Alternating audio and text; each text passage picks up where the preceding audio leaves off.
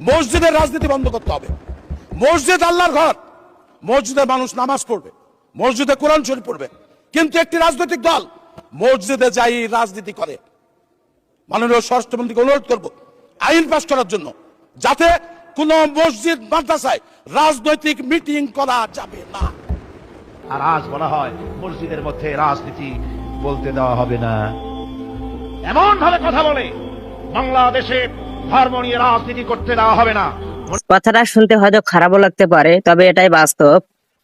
কিছু মানুষ আছে দেখবেন, মসজিদে আসিয়ে খুতবা শোনা অবস্থায় যদি কয়েকটা রাজনীতিক কথা বলে, সেটা নিয়ে মানুষ সমালোচনা শুরু করে।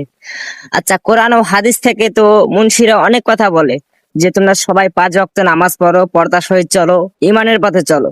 এগুলো কথা তো কেউ ধরেন না। রাজনীতিক নিয়ে 2-1টা কথা বললে সেখানে কি মোল্লা মুন্সির দোষ হয়? এটা কোনো রাজনীতিকের কথা হলো বলেন?